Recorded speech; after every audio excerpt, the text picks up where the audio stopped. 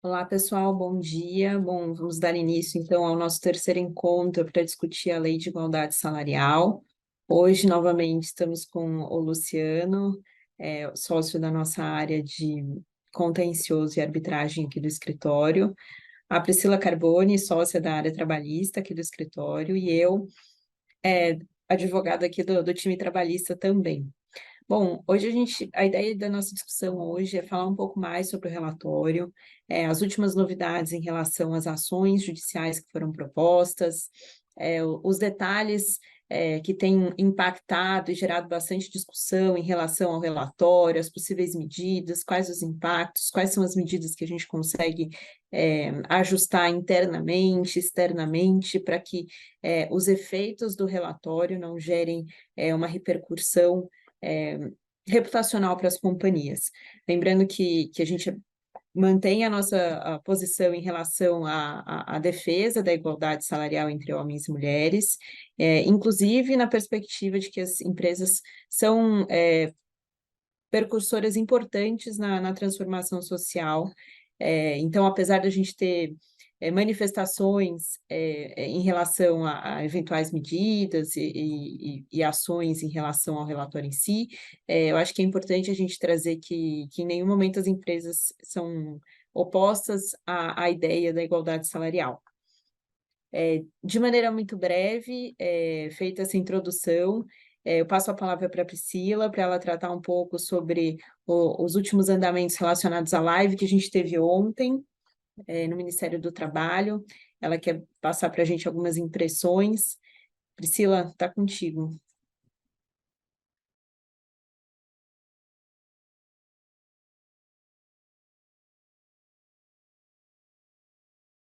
Obrigada, Mariana. Vocês estão vendo já a tela? Tá bom. Bom dia a todos. Obrigada aí pela introdução, Mari. Acho que diferente do nosso último evento, onde a gente estava na expectativa de ter os relatórios, agora de fato a gente já os tem, né? É, ele não é muito diferente, aliás, a nossa percepção e o nosso trabalho aqui, paralelo com os clientes que nos pediram auxílio em relação ao relatório, é de que ele é muito semelhante, se não igual àquele apresentado naquela sexta-feira fatídica, onde ficou discutindo se era fake, se não era fake, o que, por um lado, é bom, no sentido de não era fake, né? Não tinham sido compartilhados erroneamente aí dados com algum tipo de site paralelo, mas por outro lado é ruim, porque, só lembrando, naquela ocasião, toda e qualquer pessoa que fazia uma consulta pelo CNPJ conseguia obter o relatório. Então, se de fato é o seu caso, né, de que o relatório foi veiculado de forma diferente do que a lei dizia, isso também cabe algum tipo de medida judicial a respeito, tá? Se houve algum dano, é possível ingressar com alguma medida judicial a respeito disso. Então, ontem, como a Mariana já introduziu, o Ministério do Trabalho e Emprego apresentou o relatório, né? Reforçou alguns pontos, como, por exemplo, a questão dos 100 empregados ou mais por estabelecimento, e por que isso, né? O governo está reforçando muito a ideia de que por estabelecimento é onde você consegue avaliar de fato algum tipo de discrepância, porque entre estabelecimentos diferentes, principalmente se a gente está falando de cidades diferentes, estados diferentes dentro da federação, há possibilidade de ter divergência salarial por conta de custo de vida e etc., né? Então, por isso que eles quiseram levar em consideração de fato os estabelecimentos, tá? Alguns apontamentos relevantes que foram encontrados nesses primeiros relatórios, e aí um apanhado geral que o MTE conseguiu fazer com base nisso, de que, perdão,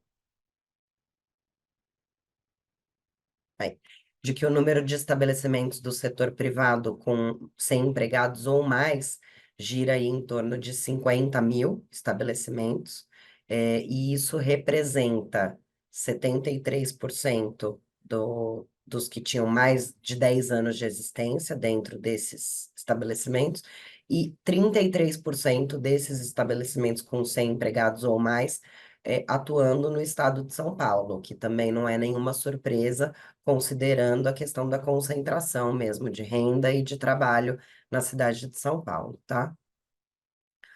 Um dado relevante aqui é de fato a comparação, né, entre o valor médio, mulheres não negras, aí a gente vai tratar um pouquinho dos conceitos utilizados para isso, salário mediano de admissão na mesma categoria, incluindo homens negros, homens não negros, tá? Então, como conclusão do compilado desses relatórios é que, de fato, a remuneração média das mulheres é abaixo dos homens, né? Em especial as mulheres negras, abaixo ainda dos homens negros também. Aqui foi uma estatística usada também com base na soma dos resultados dos relatórios, de que, como eu falei, o estado de São Paulo tem o maior número de empregos e, consequentemente, o maior número de mulheres seletistas, sendo aí em torno de 14,7 do total de vínculos, os das mulheres. E estados como Acre, Rio Grande do Sul, Santa Catarina e Amapá, que têm as maiores proporções de mulheres seletistas no mercado de trabalho. Aqui uma observação interessante de que no Distrito Federal e no estado de São Paulo se encontram os maiores salários de contratação, que também não é nenhuma surpresa para quem trabalha com isso e plano de carreira e negociação sindical e etc. Uma diferença muito pequena no salário mediano contratual de mulheres e homens no Amapá, e um apontamento também de que no Sergipe, no Piauí, no Distrito Federal, menores diferenças de remuneração entre homens e mulheres. Aqui a gente começa a ver o plano por estado, né? No meio aqui das linhas, vocês vão encontrar a linha escrito Brasil, que é a média de todos os estados, tá? Então, por critério remuneratório, percentual de estabelecimentos de que tem plano de cargos e salários, a gente está numa média aí de 50%, 51,6%, na verdade. Dentre os estados também, os que responderam, né, os estabelecimentos que responderam que se tinham algum tipo de política de incentivo à contratação de mulheres, esse índice em média já é bem mais baixo, a gente vai para um índice de 32,6 como média, tendo Rondônia como o mais alto e Mato Grosso como o mais baixo. Plano de incentivo à contratação de mulheres vítimas de violência. A gente tem a média Brasil de 5,4, uma média bem baixa, e Amapá sendo a melhor média e Bahia a pior. O plano de incentivo à contratação de mulheres negras, conforme a resposta enviada pelos estabelecimentos, é de que Rondônia tem o maior índice, Paraíba o menor, e a média Brasil está em torno aí de 26,4. Agora eu vou passar a palavra para a Mariana tratar da metodologia.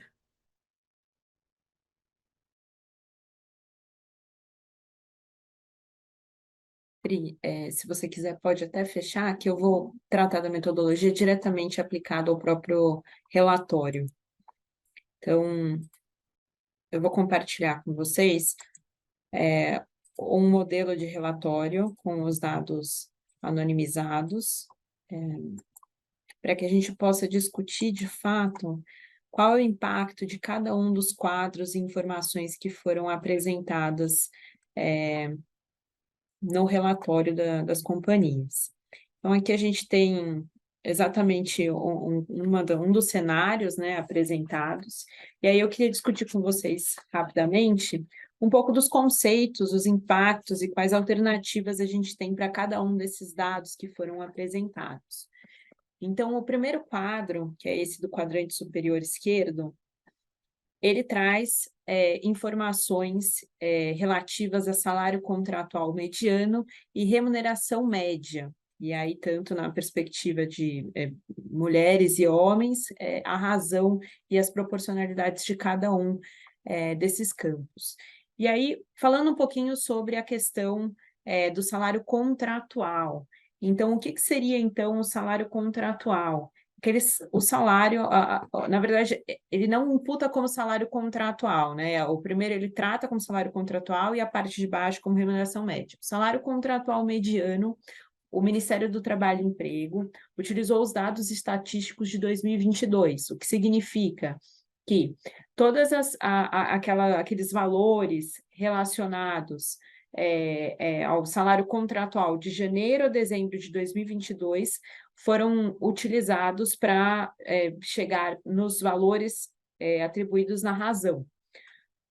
Apesar dos dados serem de 2022, é interessante que, e aí até uma crítica que a gente tem feito em relação aos dados, é que os dados são de 2022 a 2023, porém, as empresas só precisaram fazer o lançamento no portal Integra Brasil e só terão, então, que fazer a divulgação do relatório de transparência salarial se, em 2023, ela tinha 100 ou mais empregados ativos. Então, logo de princípio, a gente já percebe que as informações acabam não refletindo, de fato, a realidade hoje da companhia em relação ao cenário de contratação, os valores que são praticados.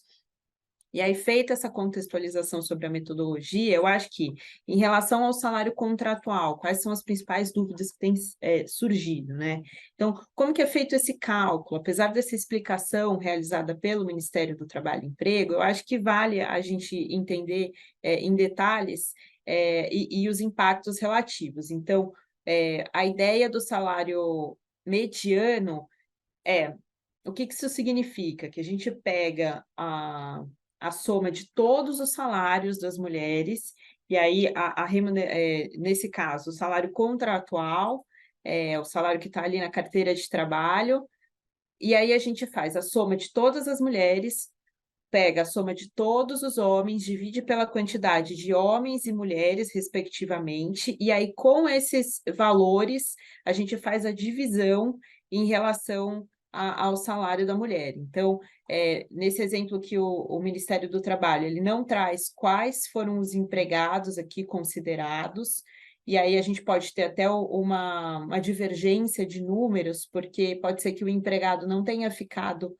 durante todo o período de 2022, mas ele vai ser considerado para fins de divisão. Então, quando você for dividir a quantidade de homens ou a quantidade de mulheres, pode ser que aquele salário traga impactos, porque o empregado ficou 1, 2, 3 meses, mas não tenha ficado os 12 meses para, de fato, refletir a realidade. Então, a gente não tem informações de qual foi, de fato, a base de dados e a base de cálculo utilizado, mas de forma estatística, a ideia é essa, e aí a razão, a proporcionalidade diz respeito ao quê? Eles pegaram o salário das mulheres, dividiram pelo salário mediano ali dos homens, e aí você tem a razão. E esse 56,7 refletiria o quê? Como a razão é 5,6, a gente tem que as mulheres, então, nessa perspectiva, recebem o quê? 43,3% a menos que os homens. Então, a razão diz respeito aqui ao salário equivalente o salário da mulher equivalente ao salário recebido pelo homem, o que, no caminho inverso, daria 43,3% a menos do que o salário do homem. E eu acho que é interessante trazer isso, porque eu tenho um segundo exemplo, e aí, se vocês me avisem quando vocês já estiverem vendo, que diz respeito a uma diferença positiva. Nesse caso, a gente tem uma diferença negativa, mas nem sempre esse vai ser o cenário. A gente tem uma outra referência aqui de um outro relatório cliente, e ele tem aqui uma diferença em que o salário da mulher, na mediana, a gente tem um percentual maior, e aí até desculpa a correção. Na mediana, a gente tem como que funciona a perspectiva da mediana, né? Você pega o que seria a mediana? Um número central dentro de uma lista de conjuntos numéricos, ou seja, a gente faz ou em ordem crescente ou em ordem decrescente, e o número do meio dentro dessa ordem de fatores, de dados, vai ser o número mediano. E esse número mediano foi considerado para a razão desse primeiro campo. Então, o salário mediano, até desculpa a correção, a primeira explicação que eu fiz se refere à média, não à mediana. A mediana você usa o número do meio em relação aos salários contratuais das mulheres e os salários contratuais do homem. E aí a razão, de fato, vai refletir o salário mediano desses dois. Nessa perspectiva desse relatório, a gente tem aqui que o salário da mulher equivale a 107,5% do recebido pelos homens, o que significa que as mulheres, nesse caso, recebem 7,5% a mais que os homens.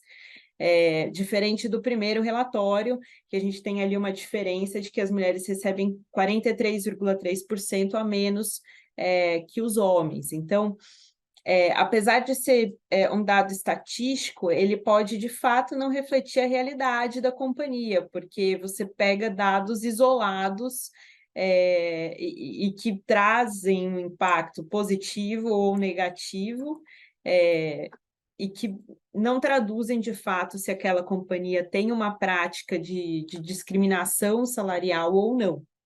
Na remuneração média, aí é só para confirmar os conceitos.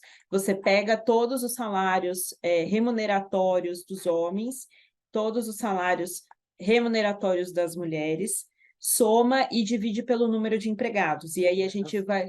de remuneração. E divide pelo número de empregados, e aí a gente vai ter... que é engraçado, porque o próprio relatório traz erros conceituais, porque o campo diz de remuneração média, mas aqui na explicação ele coloca salário médio. Então, isso também é outros fatores que a gente assim insiste em rebater, de que podem criar conflitos, considerando a base de cálculo que está sendo utilizada. Até por conta das diferenças, né, dos conceitos de salário e remuneração, se a gente for levar em consideração esse campo, a remuneração média deveria incluir ali a questão dos adicionais, adicional noturno, adicional de periculosidade, hora extra, comissões, gorjetas, e a gente não sabe se isso de fato está sendo considerado nesse valor que foi atribuído na razão. E aí, aqui, né, nesse cenário, nessa razão, a gente teria aí uma diferença salarial de 56,3%, em equivalência ao que a mulher recebe ao salário do homem. No primeiro cenário, eu não sei se vocês conseguem ver só a transposição da tela. Mudou a tela para vocês? Não. Então, peraí, deixa eu reproduzir aqui de novo. Nesse cenário aqui, que foi o primeiro cenário que eu apresentei, que existia uma diferença salarial ali, no primeiro campo e no segundo campo também a gente consegue auferir que nesse novo conceito ali da remuneração, a gente tem uma diferença de 51,9%, o que representa, então, uma diferença de 48,1% do que as mulheres recebem a menos do que o salário auferido pelos homens na perspectiva de remuneração média. Então, somando todos, dividindo pela quantidade de empregados e ali fazendo a divisão de proporcionalidade e percentagem em relação aos salários e remuneratórios, né? Então, acho que esses são os primeiros inputs, e aí o que a gente pode fazer em relação a esses dados? Eu acho que para as companhias, como eu disse, os dados são de 2022, vale fazer um levantamento histórico dos valores que foram pagos contratualmente do salário e remuneratoriamente aos empregados, para fazer ali um cruzamento de dados, para verificar se esses valores estão, de fato, próximos ou parecidos com o que foi apresentado pelo governo, para que eventuais divergências a gente possa ajuizar ações que demonstrem a divergência de informações com a base de dados que a companhia tem, e até mesmo revisão para os relatórios futuros, visando ali diminuir as potenciais distorções do relatório e verificar eventuais ajustes necessários. Então, eu acho que vale fazer esse levantamento para que a gente corrija, se for o caso, ou tenha argumentos técnicos para contestar, seja no âmbito administrativo, perante o próprio Ministério do Trabalho, ou seja judicialmente também, para que se tenha uma correção, caso seja verificada uma distorção muito grande dos números apresentados pelo relatório com o de fato verificado pela realidade da companhia. No segundo quadro, quais são as principais informações que eu acho que valem? Eles trazem a mesma a mesma ideia de cálculo, de base de cálculo, em relação à questão de remuneração e salário contratual. Então, eles fazem a mesma métrica que foi utilizado no quadro acima, porém, trazendo o recorte com base na classificação do CBOs, então, das ocupações que são classificadas pela própria empresa. Nesse quadro aqui dessa empresa, é interessante porque eles não têm nenhum dirigente ou gerente cadastrado no CBO.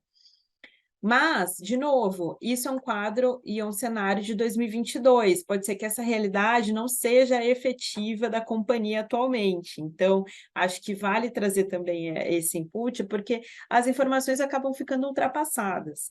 Mas, fato é que eventualmente, a gente pode ter um impacto reputacional em relação às grandes distorções.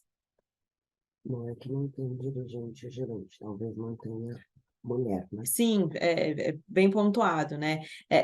Perante ao quadro de uma forma direta, nos aparenta não ter, mas, na verdade, existem alguns critérios que, até por conta da LGPD, acabam não sendo apresentados caso a gente tenha menos de 3 homens ou menos de 3 mulheres na posição. Então, para não ter uma exposição em relação ao percentual, o relatório acaba não trazendo as informações, ou por não ter homens, ou por não ter homens naquele grupo ocupacional. Então, o próprio Ministério traz aqui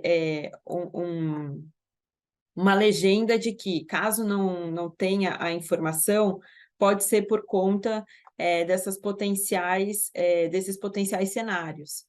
Então, pode ser que nessa companhia aqui a gente não tenha nenhum, de fato, dirigente ou gerente cadastrado, ou a gente tenha uma situação que possa gerar algum tipo de exposição, e aí, nesse caso, o Ministério não apresenta os percentuais de diferenças salariais ou remuneratórias. Bom, feita essas considerações sobre os impactos e proporcionalidades que seguem a mesma métrica do quadro 1, eu acho que vale as companhias se atentarem à questão da revisão dos CBOs. Então, desde a parte de classificação, de fato, para redistribuição, para verificação se está correto, se não vale fazer nenhum ajuste, inclusive para fins ali dos potenciais impactos em relação ao número de aprendizes, de PCDs. Então, esse também é um ponto importante. Caso a empresa tenha a ideia de revisitar as classificações, vale se atentar aos potenciais impactos relacionados ao número de contratação de aprendizes de PCDs. Em relação ao terceiro quadrante, Aproveita que você falou de dirigente e gerente para falar então. Perfeito. Um outro fato importante também, até voltando para o quadrante, a Priscila relembrou bem, a questão em uma dos webinars que nós apresentamos, chegou para nós a dúvida em relação aos dirigentes, aos gerentes, que recebem via Prolabore. Como há trânsito em folha, para quem recebe via Prolabore, há uma classificação também de CBO, e, consequentemente, a depender da classificação que foi feita, o próprio dirigente, gerente, vai receber, vai entrar dentro do cômputo aqui dos percentuais do relatório. Não diretamente, né, dependendo da informação, mas sim, a ideia é que ele entre porque ele faz trânsito em folha. Então, todo mundo que tem trânsito em folha entraria dentro do relatório. Diferente de sócio. Diferente de sócio que não recebe via Prolabore. Tem uma pergunta.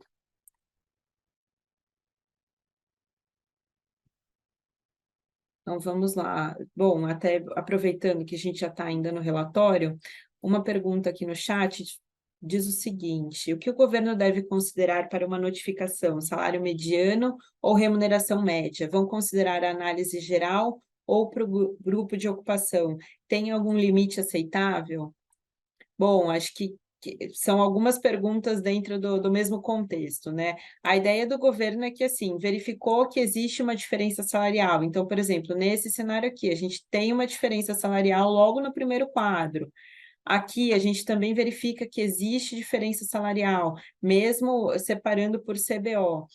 A gente não tem ainda o parâmetro que vai ser utilizado para as notificações, mas pelo texto legal, qualquer diferença salarial, a empresa vai ser notificada a prestar esclarecimentos para que demonstre se essas diferenças salariais, elas observam os critérios legais que permitem as diferenças salariais, ou se de fato existe uma diferença salarial indevida.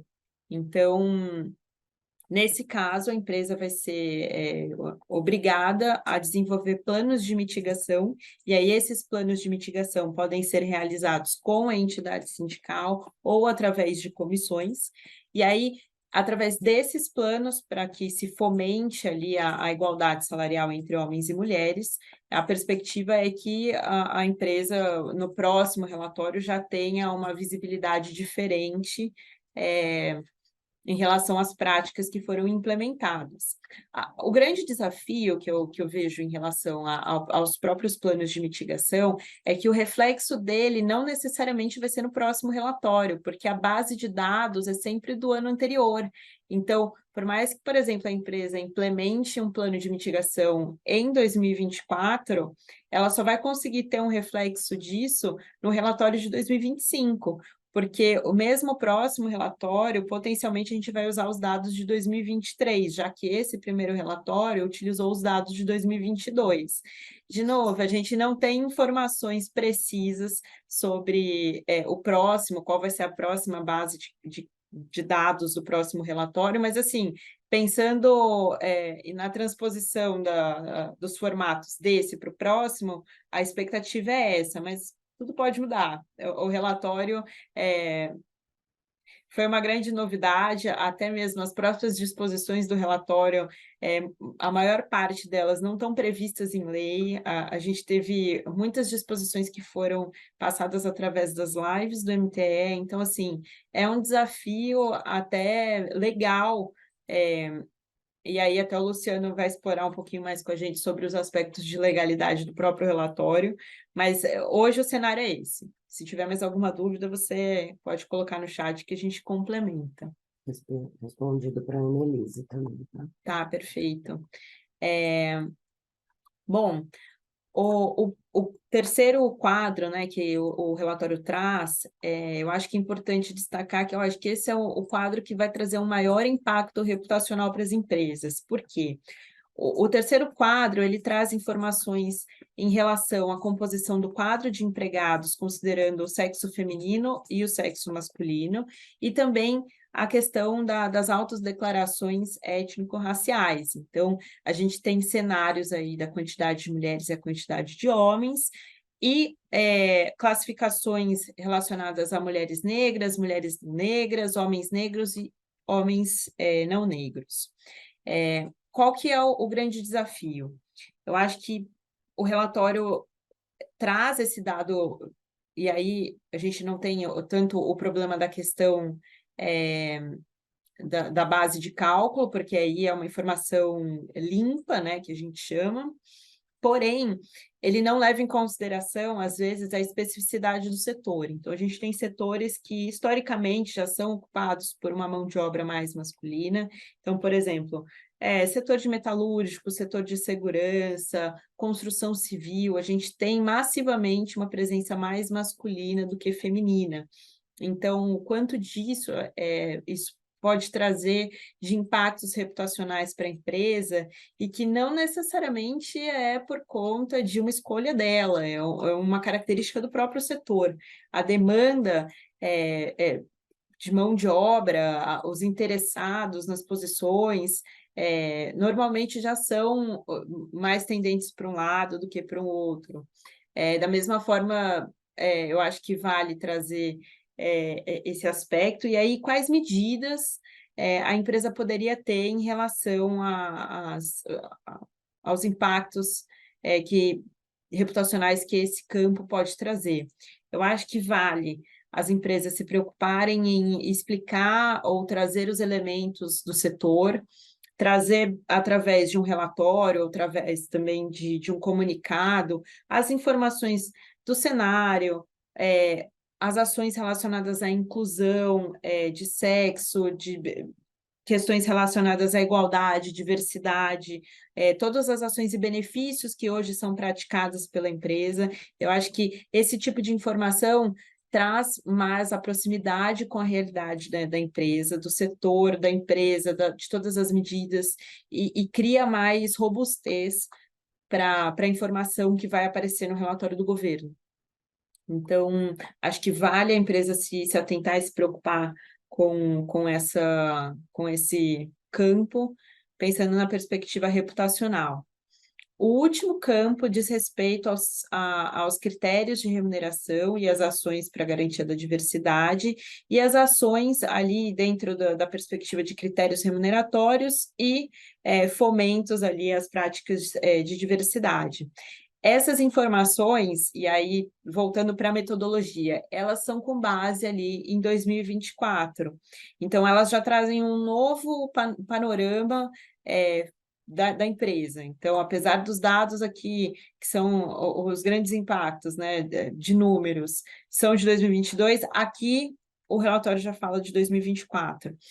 E aí, quais são alguns desafios que a gente já viu? Algumas empresas já relataram para nós que os dados aqui não refletem as informações que eventualmente a empresa preencheu lá no programa, lá no portal do Emprega Brasil. Então, isso também tem sido uma crítica das empresas, e aí a gente tem até algumas soluções, tanto no âmbito administrativo quanto no âmbito judicial, para que, se verificada uma divergência muito grande, quais são as possibilidades e medidas que a empresa tem para se fazer valer de uma revisão do próprio relatório, considerando que as informações não refletem, de fato, a verdade das informações que foram lançadas pela companhia lá no portal do Emprega Brasil. Então, aqui a gente tem ali a questão de todos os critérios remuneratórios que hoje a empresa tem, então, os planos de cargos e salários, planos relacionados a cumprimento de metas, a questão de programas relacionados à hora extra, formatos ali que moldam a remuneração e o desenvolvimento da carreira do empregado. Então, a questão, hoje, eles têm algum tipo de programa relacionado à capacidade, a fomento à educação. Então, esses critérios remuneratórios que formam ali a parte de crescimento profissional. E no segundo campo, a gente tem ali todas as políticas e ações relacionadas à diversidade. Então, hoje, a empresa tem alguma política de contratação, tem políticas de promoção para cargos de direção, de gerência. Então, todas essas informações que as empresas lançaram. E aí, qual é a nossa recomendação em relação a esses campos? Revisitá-los, ver se vale algum ajuste, ver se está, de fato, correspondendo à realidade legal, jurisprudencial. Os planos de PLE estão observando os prazos legais, os planos de cargos e salários estão, de fato, sendo operacionalizados com a realidade fática da empresa? Vale fazer algum ajuste? Existe alguma melhoria que a gente possa implementar? Então, vale revisitá-los, quem não tem, quem não tem, vale pensar na implementação, e aí tanto na parte que foi destacado dentro dos critérios remuneratórios, mas também nas ações internas, então desenvolvimento de políticas de treinamento, concessão de benefícios. Eu acho que todos esses projetos e planos já desenvolvidos pela empresa, inclusive podem ser utilizados aí pelo desenvolvimento de um relatório paralelo ou até mesmo de um comunicado para dizer que o relatório, apesar de trazer números que não são tão interessantes, não refletem de fato a realidade da companhia, porque a companhia possui planos de cargos e salários, projetos, benefícios.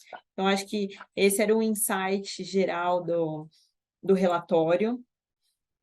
Como a gente mencionou nos nossos últimos encontros, a perspectiva relacionada aos impactos de LGPD, concorrencial, a gente entende que foram mitigados nesse novo formato, então a gente não vê tanto impacto relacionado a essas duas áreas, mas os impactos trabalhistas e reputacionais têm gerado muito desconforto para as empresas.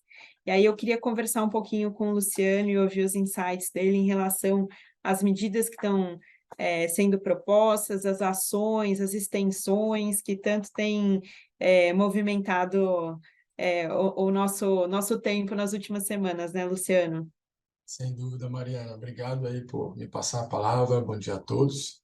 De fato, como você bem há pouco lembrou, esses dados com base nos quais houve a divulgação do relatório, eles em muitos casos podem estar obsoletos. Eles podem não mais refletir a situação da companhia e assim potencialmente gerar para a companhia um dano de maior ou menor extensão no que diz respeito à reputação da companhia. Que veja, você está basicamente tornando públicas informações de uma companhia de 2022, de uma companhia que hoje, passados aí 24 meses, pode não mais ser aquela. Qual que é o impacto disso? Pode ser grande.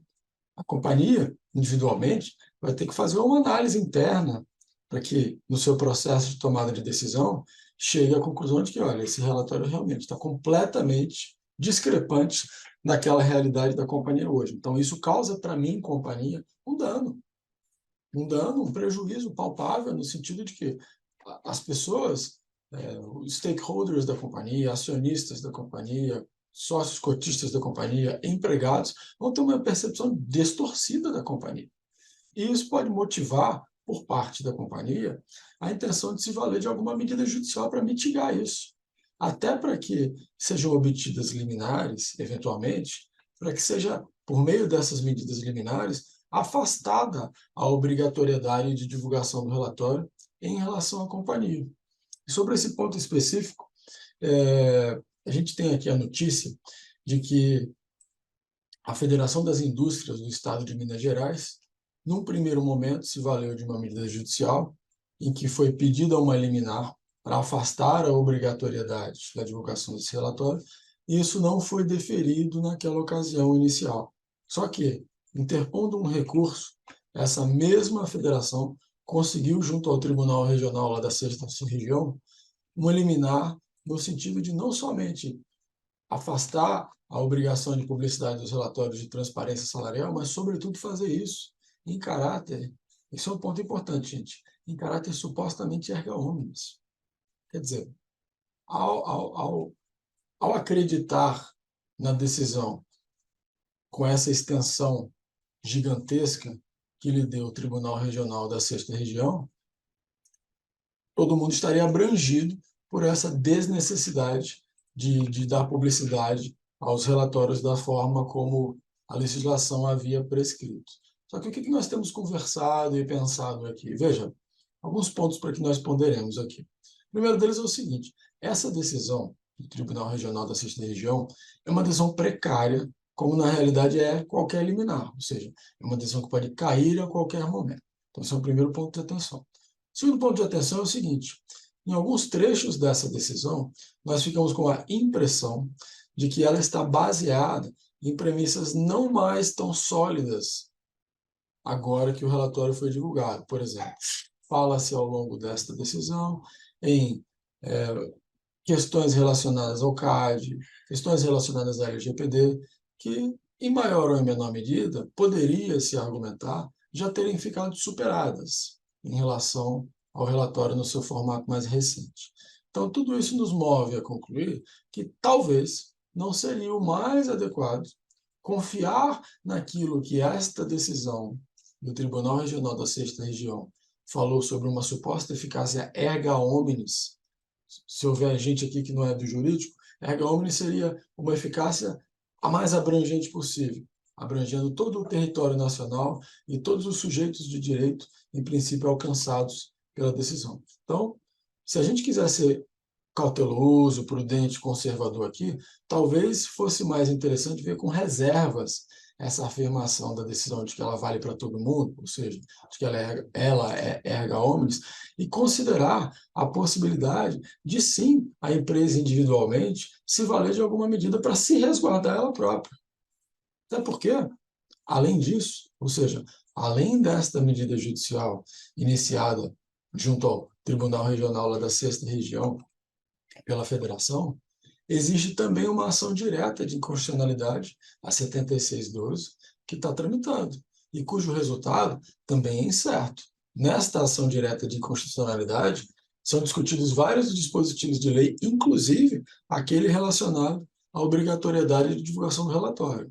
Ou seja, este pedido de liminar, se e quando apreciado, poderá também alterar este cenário aqui de decisão erga omnes. Então, no fim do dia, gente, eu acho que a mensagem que fica é que as empresas individualmente devem olhar com cuidado, de certo já estão fazendo, para este relatório tal qual divulgado, e verificar, será que essa fotografia que tiraram da nossa empresa, lá de 2022, lá de trás, ela é uma fotografia atualizada, ou já é uma fotografia borrada, que não reflete mais a realidade atual da empresa? E se for esta a conclusão, ou seja, de que essa fotografia não mais condiz com o que a empresa representa e mostra hoje, será que vale uma medida judicial? Será que vale um pedido de liminar, uma tutela de urgência, para que seja afastada essa divulgação até que a correção seja feita? Me parece que sim. Me parece que sim seria o caso de considerar essa possibilidade. Mas lembrando que, num caso como este, o que se conseguirá, no máximo, é suspender essa exigibilidade de obrigatoriedade de divulgação durante algum tempo, até que a correção seja feita. Lá num outro momento, quando esta correção idealmente vier a ser feita pelo órgão competente, a obrigatoriedade vai passar a valer, salvo decisão nessa ação direta de inconstitucionalidade 7612, como há pouco eu mencionei, ou em outras medidas correlatas. Ou seja, o cenário jurídico, do ponto de vista não só jurídico, mas judicial, de fórum mesmo, inspira cautela. Não é prudente a gente confiar 100% aí nessa eficácia erga omnes. As empresas podem se beneficiar de uma reflexão aí mais aprofundada em relação aos seus eventuais prejuízos, aos seus eventuais danos reputacionais. Então era isso, em grandes linhas.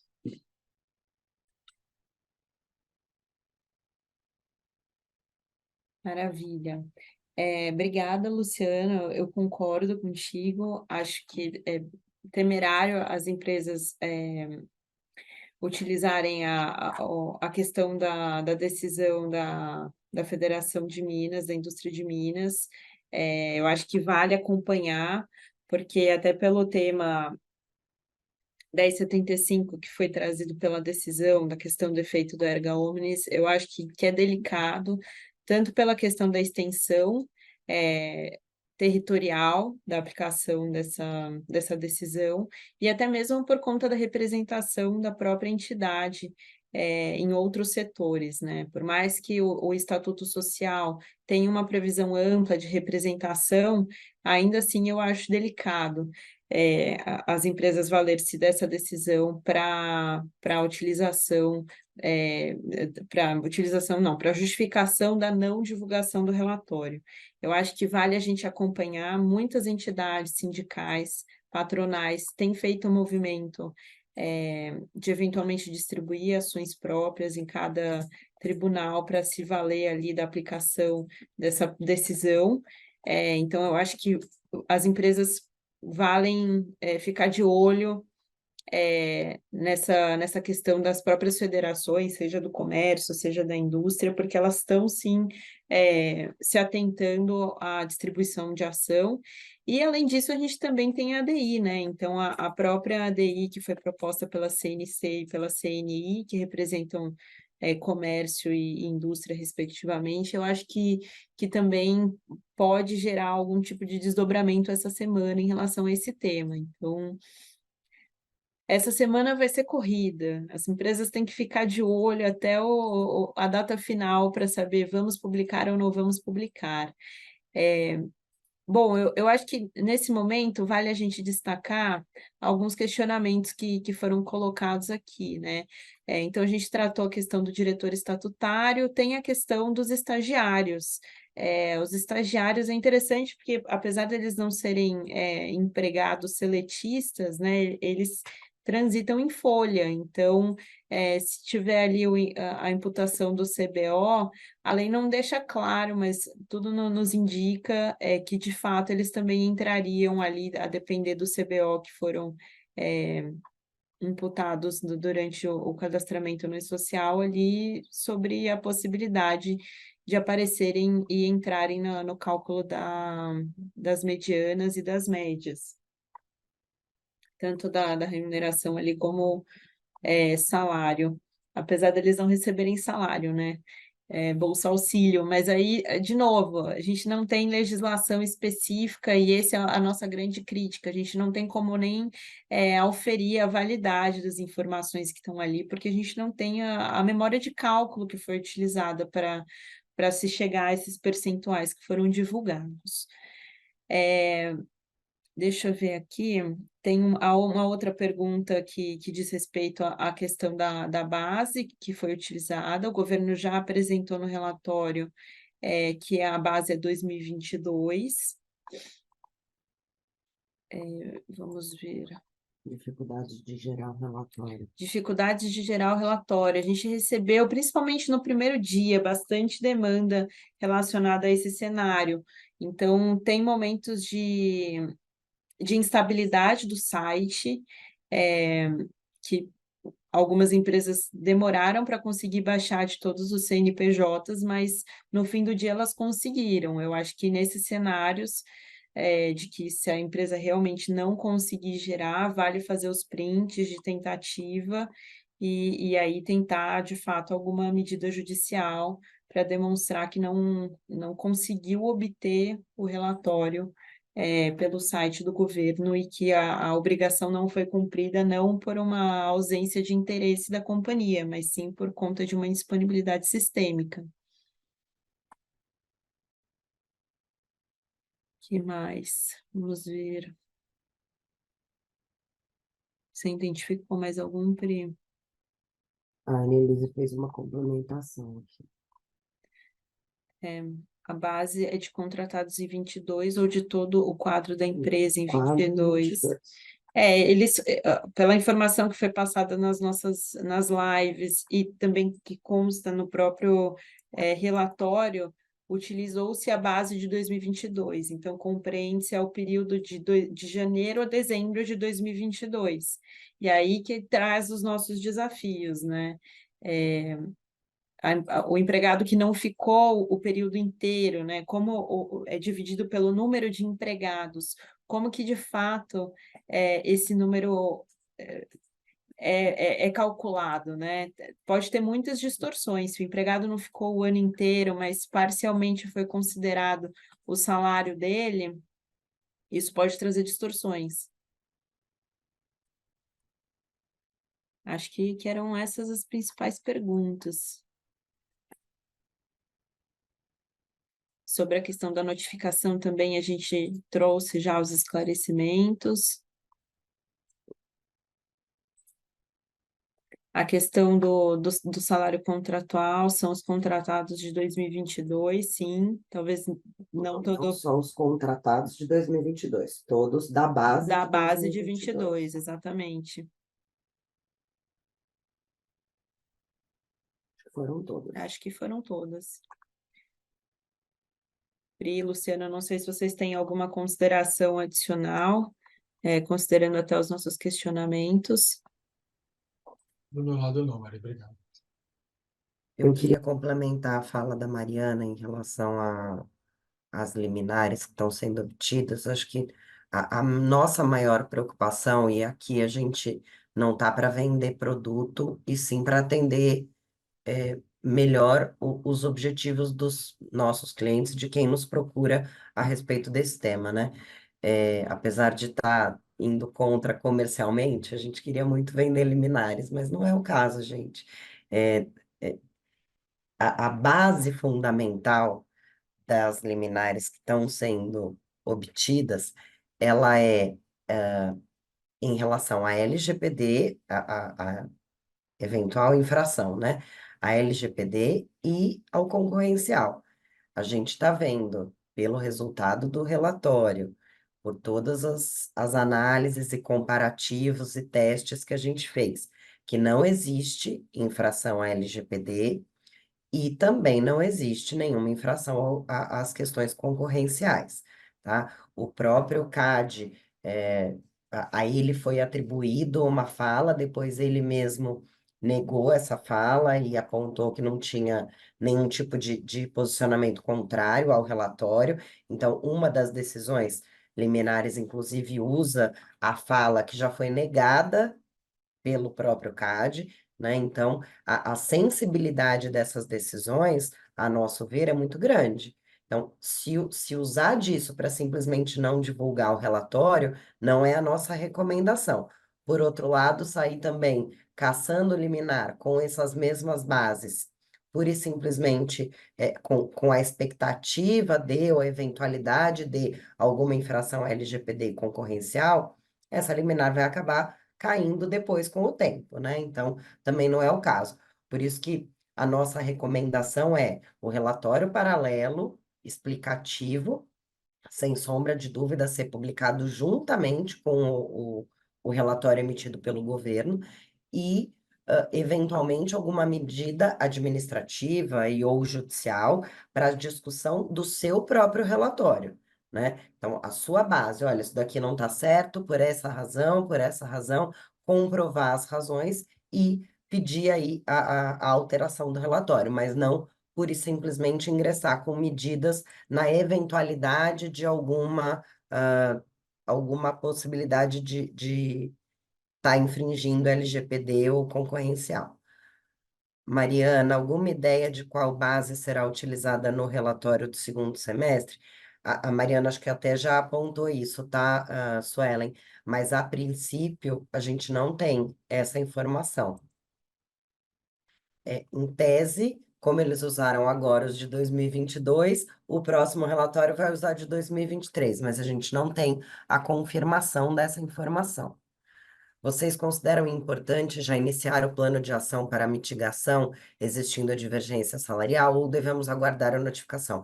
Sem sombra de dúvida que é importante já começar. Até mesmo quando chegar a eventual notificação, se ela chegar, você já ter como comprovar que, olha, já dei início, já comecei aqui a fazer algum tipo de plano de ação, tá? Isso geralmente é muito bem observado pelo Ministério do Trabalho. A gente já teve várias discussões em relação à contratação de aprendizes, contratação de PCD, né? Respondida. Vocês recomendam publicar o relatório mesmo tendo a decisão? Acho que eu já falei a respeito, né? Para as empresas que não são abarcadas diretamente pelas federações ou confederações que foram, a gente acha que a recomendação é sim a publicação. Mesmo aquelas que tenham sido abarcadas pela decisão, a nossa opinião é de que essa liminar, teve caso de liminar, teve caso de tutela antecipada, tá? Às vezes eu falo liminar só para ser um pouco mais genérica. Essas liminares vão acabar caindo, as que têm como por motivo infração à LGPD concorrencial. Acho que era isso. Não tendo mais perguntas, e a 1 minuto do nosso tempo regulamentar. A gente queria agradecer mais uma vez a participação de todos aqui. A audiência é ótima do começo ao fim. Acho que agora a gente consegue trabalhar com um pouco mais de realidade e a gente fala um pouco mais de realidade, porque como a Mariana muito bem apontou, não dá para a gente saber exatamente. A gente fez vários testes dentro dos relatórios que a gente recebeu para tentar interpretar uma resposta, um apontamento, um percentual, mas é tudo com base em teste. Como não existe uma base de fato, é difícil a gente fazer conclusões um pouco mais específicas, né? Aí é a análise do caso a caso mesmo, e inclusive também respondendo aí a questão de plano de ação, como plano de ação inicial, nossa recomendação é a verificação da classificação da CBOs, tá? Da Classificação Brasileira de Ocupação dentro de todas as companhias, que não era uma preocupação, até porque era só um cargo ali que você colocava, né, um preenchimento, e agora tem sido, de fato, como ele vai impactar no relatório, passa a ser uma explicação necessária de ser vista com maior detalhe, tá? Ai, que bom, Érica, que ficou mais claro para você. É o que a gente está tentando fazer. É isso, pessoal. Bom dia a todos. Obrigada, Luciana. Obrigada, Mariana. Obrigada Obrigado a a todos os vocês. presentes.